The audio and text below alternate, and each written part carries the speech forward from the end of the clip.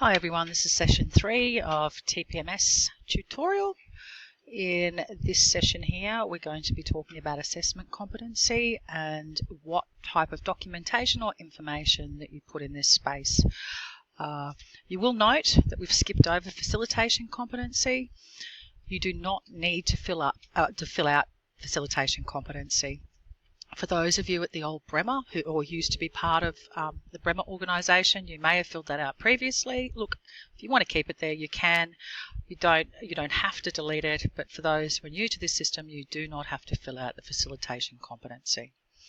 Okay, so we're going to have a look at assessment competency. So again, on the left-hand navigation panel here, you'll actually see assessment competency. So we'll click on qualifications. That's where we are at the moment. Just before I start, same way to update, upload, add evidence. Same rules apply here as they did for content competency. So it's just a simple upload down here. I'm not going to go through that again, but very simple to do.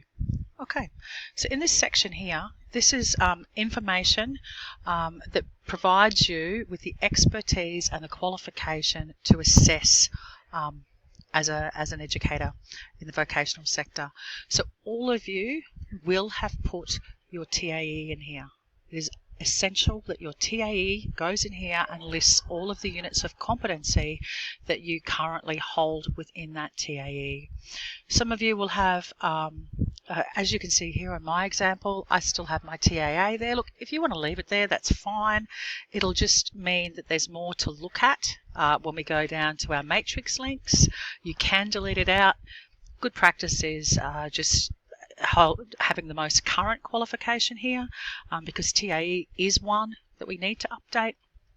But if you want to leave it there, you can. It's up to you. In this space as well, unless, of course, you are from the foundations faculty. So for all the other trade areas or all the other areas that are delivering in the vocational space, this is where you would put your Bachelors of Education, Bachelors of Further Education and Training, your Masters, your PhDs, whatever additional qualifications, your Diploma of TAE, whatever that happens to be in this space here. Why I've made the differentiation for those that teach in the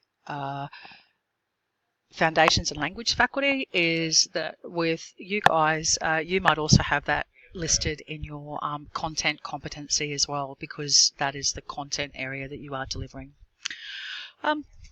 So you can also see here as well, you need to have the evidence, you need to list the units. I'm actually going to delete this one out of here. So I'm going to go delete. Don't need it anymore, it's the old TAA.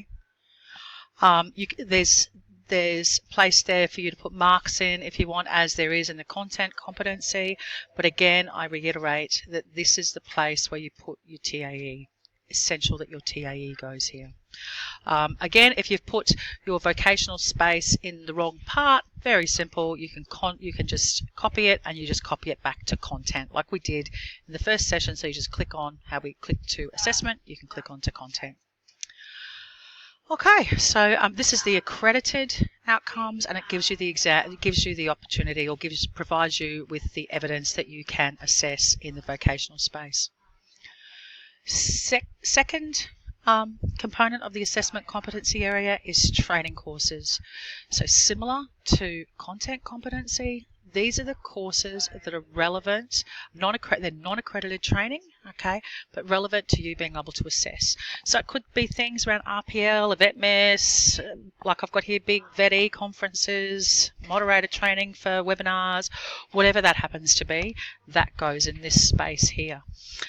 As you will recall from the workshops or the short sessions that we had last week at Vet PD Week in regards to these other places that you can put this information. You can put it down here as in seminars and courses, and we'll get to that in the next session, or you may hold it either in these spaces up here. It just needs to be somewhere. You need to be able to demonstrate currency somewhere. If you've attended all of the activities provided throughout the year in professional development through TAFE Queensland Southwest, particularly around validation activities, we had two workshops plus a seminar on assessments, all of the ongoing activities that you would do as a team, so validation, all of that type of thing. Capture that in here, and that will, or down here, whichever place you want, but that will actually ensure that you are current as an educator. Okay, so if you get yourself along to all of those sessions, that will provide evidence of you being current. Okay, so just really important to remember. We move along to assessment tickets. This here is probably only relevant to a few, not to everybody, but this is around providing evidence if you need to, that you're able to assess in those specific areas. So I can't think of one off the top of my head, but there could very well be things such in civil construction or mining that could require a specific assessment ticket there. I would think, though, that there's not probably a lot of other teams that would be relevant to. But just, if you've got that evidence there, you want to pop it up here and save it. Work history. This is the work history about you as being an educator.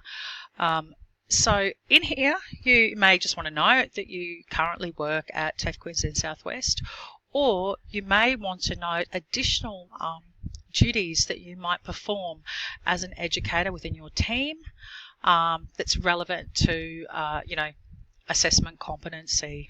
So you might have done, gone to training, non-accredited training courses in a variety of things, but if you're actually leading workshops or whatever, that's where you might put some evidence or put some information around that. And I've just got some examples there of what you could actually have in this space. Okay.